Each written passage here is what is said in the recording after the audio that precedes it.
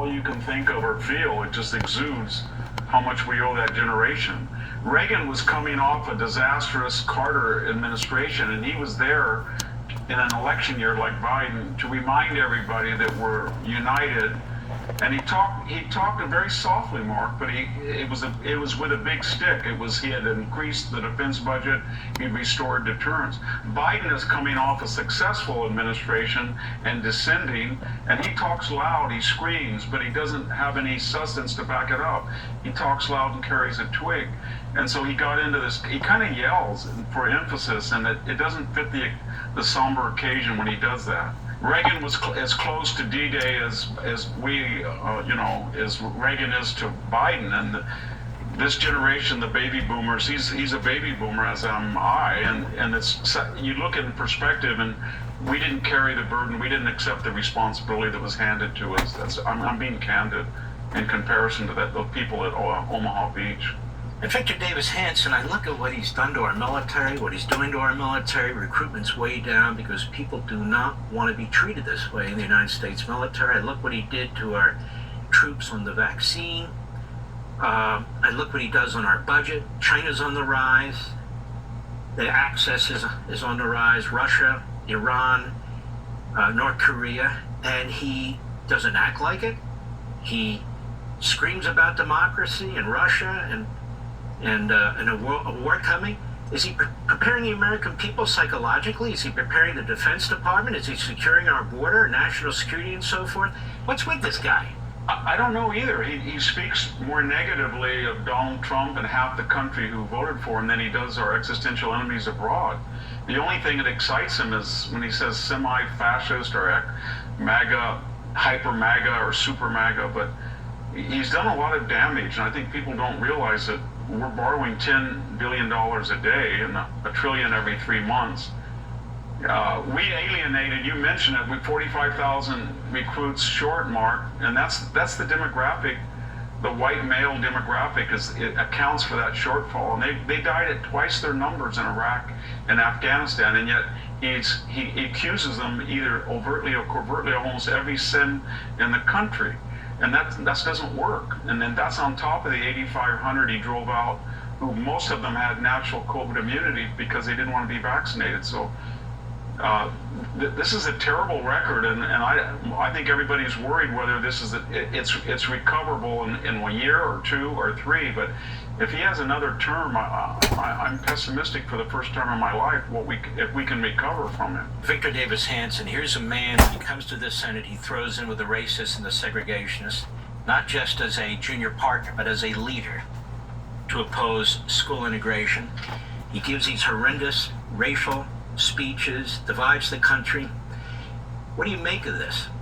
I get very upset, Mark, because that generation that's buried beneath those white crosses, they were a wonderful generation. If it hadn't been for them, we wouldn't even have these discussions on race and DEI. They gave us, they were a chain in a link in this great chain of America. I'm named after Victor Hanson that died on Okinawa in 1945 on May 19th, and my father flew 40 missions on a B-29 over Japan. They were wonderful people. They weren't racist. They were the type of people who built this country. The people who are coming across the border are from all over the country. They're not from Europe, but they're coming to a country that was established by so-called toxic white male founders. But why is that? It's because these white male founders were ecumenical. They wrote in the Declaration, all men are created equal. The logic extension is a multiracial democracy, but they created it, and yet all we do is smear and libel them. And it's one of the worst things for a leader to speak ill of the dead, and they can't respond, or to use modern ideas of morality to go back centuries and then condemn them because they don't meet our apparent modern standards. So I'm really disappointed that he demagogues that, especially what he does to the people in the military who've had to leave because of DEI. And I think you're the only commentary, Mark, that I've ever been asked that. That's what's very sad. Most people, they're afraid to even mention it. Well, it is very frustrating to me. I'm Jewish. This nation was founded on Judeo-Christian beliefs.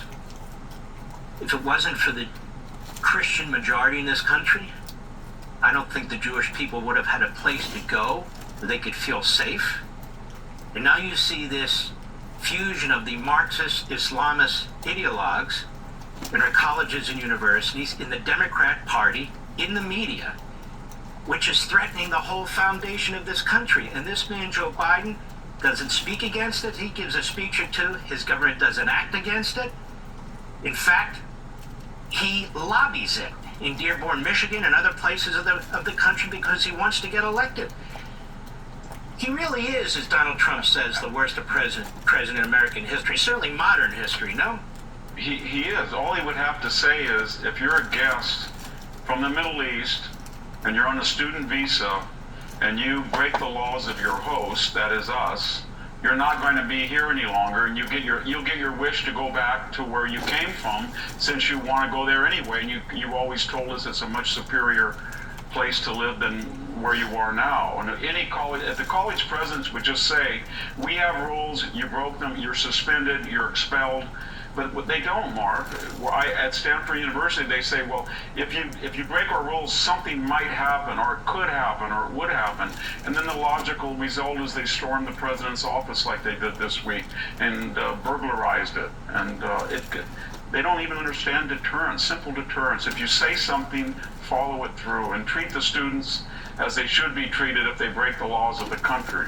The brief moment we have, Victor Davis Hanson, can you think of a single speech in the United States that Joe Biden has given that is patriotic, that is inspiring, that is uniting to the American people? Because I cannot.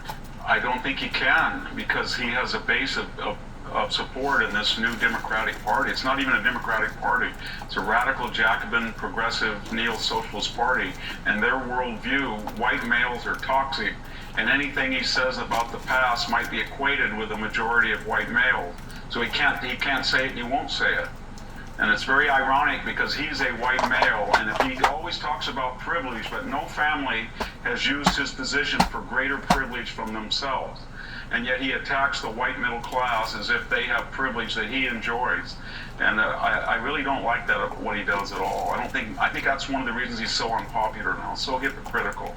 He goes to places like the Holocaust Museum and talks about anti-Semitism while he has his foot on Israel's throat, cutting off armaments to them. He goes in front of Independence Hall. This, to me, is as holy a sight as our government has, as we as people have. And he viciously attacks half of the American people. I just think this guy is an arsonist. A political, economic, societal arsonist. And this election is our ability to put the fire out. Victor Davis Hanson, thank you for everything you do. It's always an honor to have you. God bless you, my friend. Thank you for having me, Mark. I really appreciate it.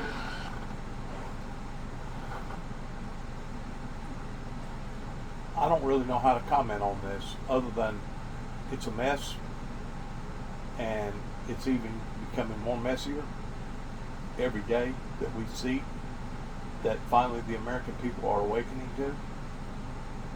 And it's really sad that it has taken this long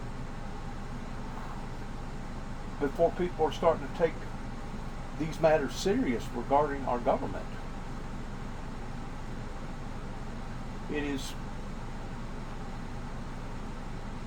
It's so appalling to think that people have come in to our government and has allowed for this to escalate and to expand the way that it has. It is so absolutely appalling. I don't even have the right proper words of expressing how appalling it actually is. Because I guarantee you, our ancestors right now are looking down at us and shaking their fist at us, saying, "What in the world? How in the world did y'all take your eye off the ball? And why in the world would you have done this if you truly love your country, if you truly love the land of the free?" Good luck to all of us on this end of 4th of July weekend, America's birthday. Good luck to all of us, because I guarantee you we're going to need it. We're going to need the blessings of God and all the luck that we can get if we ever get this turned around. God bless. God bless our military. God bless our endeavors. God bless America, and good luck to all of us. Shalom.